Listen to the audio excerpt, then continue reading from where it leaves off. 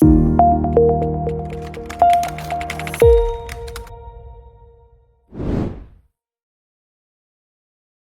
aí galera, Vinão na Voz, sejam bem-vindos para mais um episódio do nosso podcast Diário de um Pecador. Hoje eu gostaria de deixar um devocional aqui bem breve com vocês. É uma reflexão, né? Não é nenhum devocional, mas é uma reflexão. Mas antes disso eu gostaria de pedir algumas coisas para vocês.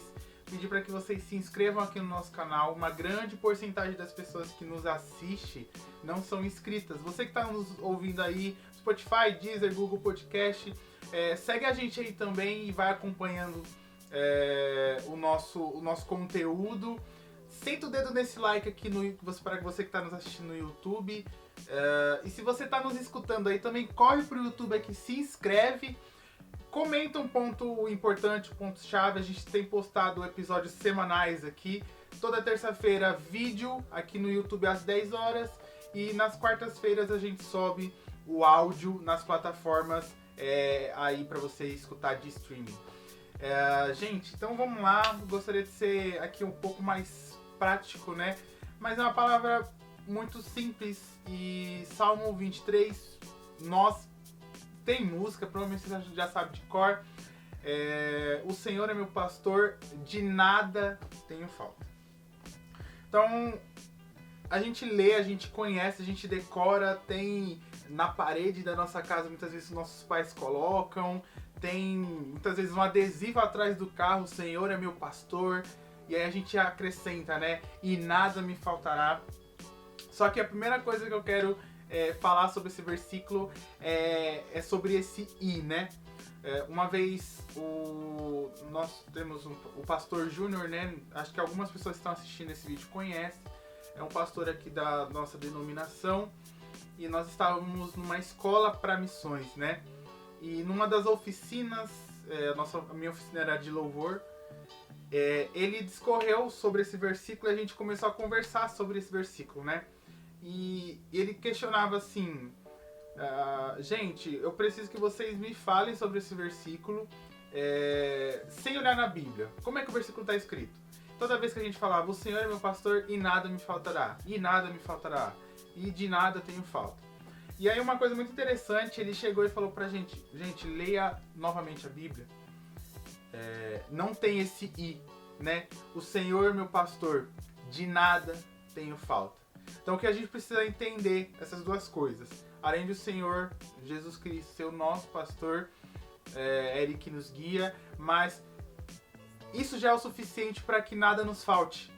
E a gente começa a acrescentar coisas, né? O Senhor é meu pastor e de nada tenho falta. Pode ser que não soe uma diferença tão grande, pode ser, mas quando a gente declara que o Senhor Jesus Cristo é aquele que nos guia, aquele que nos dá descanso, e o Salmo 23 vai discorrer um pouco disso, a gente está declarando: o Senhor é meu pastor, de nada eu tenho falta. Não é "e nada eu tenho falta". Não existe acréscimos para essa bondade de Deus sobre nós, né?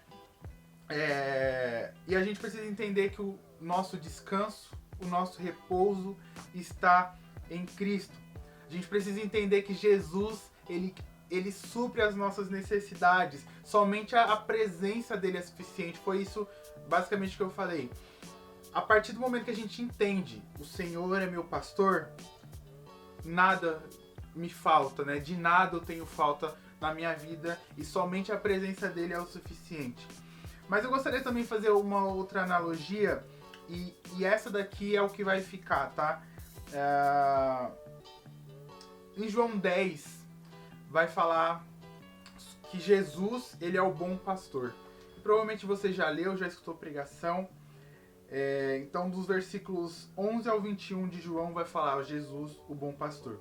E nesses versículos que eu tô falando sobre o pastoreio de Jesus e a influência que ele tem na nossa vida, tá? Não quero falar sobre aquilo que Jesus nos supre, mas eu quero falar sobre o pastoreio e o senhorio dele nas nossas vidas. E lá nós somos comparados a ovelhas. E quando a gente vai... não sei se algumas pessoas já viram esse vídeo sobre que a ovelha, quando a ovelha é pastoreada, né, principalmente lá em Israel, mas lá nós cristãos, filhos de Deus, nós somos comparados a ovelhas. E aí algumas coisas que a gente pode listar que as ovelhas, elas precisam ser guiadas. Então se você largar a ovelha num campo, ela provavelmente vai ficar ali, vai dar uma voltinha ou outra, mas ela vai estar perdida, né? Não sei se você sabe, a visão da ovelha é muito ruim. Então um ponto forte nela é a audição. Então a visão dela é muito ruim.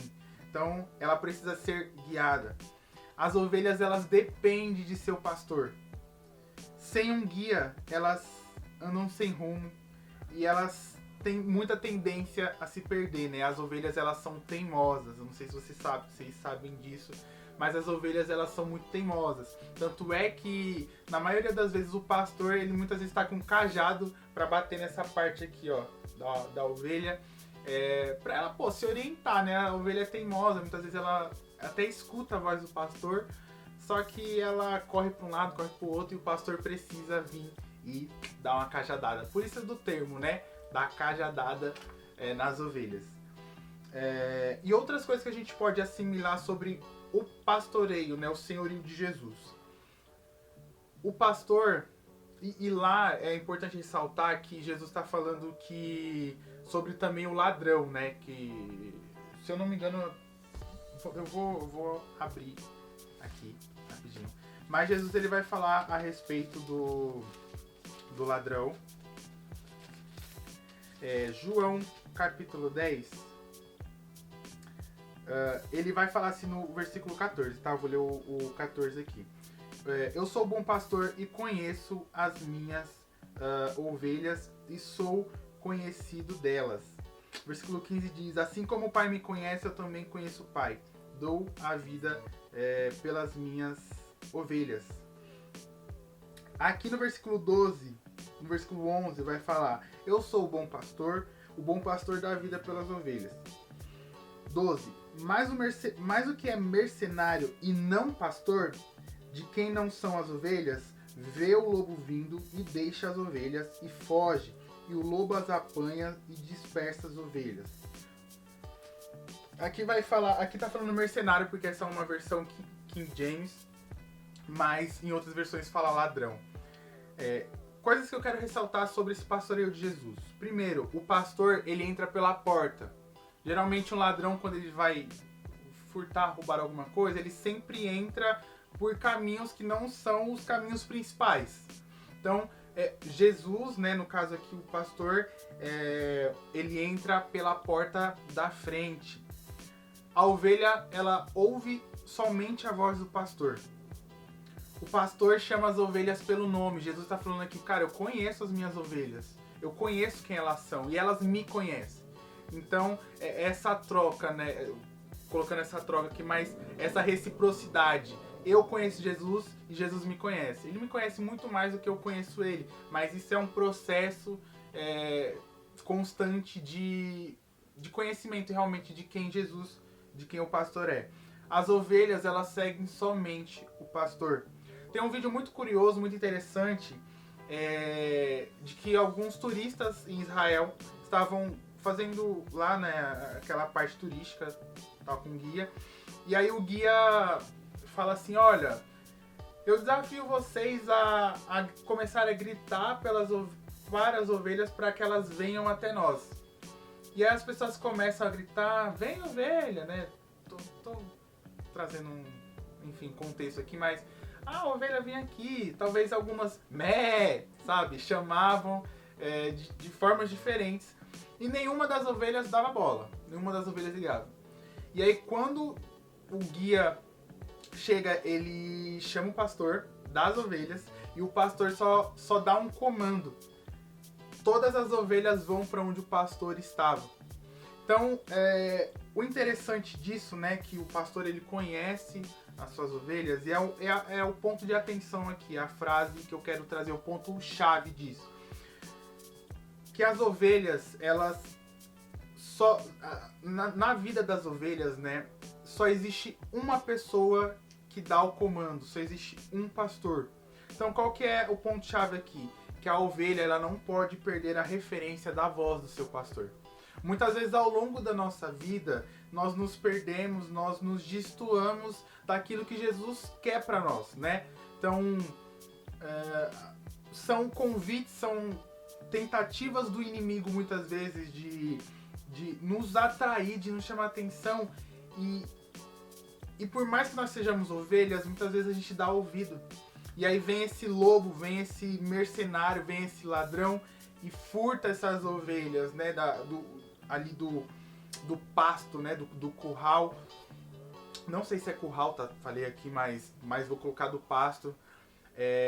E o inimigo muitas vezes tenta furtar essas ovelhas, né, muitas vezes nossas vidas. Só que a gente não pode perder a referência à voz do pastor. A gente não pode perder a referência que é Jesus. Como eu disse, muitas vezes a gente se perde, a gente fica, sabe, sem direção, porque a gente é teimoso, nós somos como essas ovelhas. Muitas vezes a nossa visão fica obstruída, né, fica tampada e a gente não consegue ver. E muitas vezes o nosso ouvido a gente até escuta, mas a gente tem um coração teimoso, a gente tem um coração duro, a gente muitas vezes é difícil de lidar. Cara, nós somos seres humanos, né? Somos difíceis de lidar. O pai muitas vezes fica irritado com o filho fica irritado com a mãe fica muito mais irritada com os filhos, né? Isso é coisa de mãe, tá? Mas você que é mãe e tá assistindo aqui, Jesus ama você, irmã. Ele pode te mudar. Tô falando pra você, mãe. Brincadeira, mãe, te amo. Mas nós somos seres humanos e muitas vezes nós somos teimosos, né? E principalmente, na maioria das vezes, nós somos egoístas demais. Nós queremos andar para onde a gente quer andar. Mas quando a gente tem a certeza de que a gente está num lugar de descanso, a gente tem certeza do Salmo 23 na nossa vida, Jesus, ele é o nosso pastor, ele tem coisas boas para nós e principalmente, nada nos falta. Nós suprimos as nossas necessidades, nós suprimos as nossas carências em Jesus, né? Nós vivemos em um tempo onde muitas pessoas estão carentes, né? De atenção, de afeto, de cuidado, enfim, essas coisas. Mas é Jesus que nos supre de tudo aquilo que a gente precisa. Então, não perca a referência que é a voz de Jesus, que é a voz do pastor.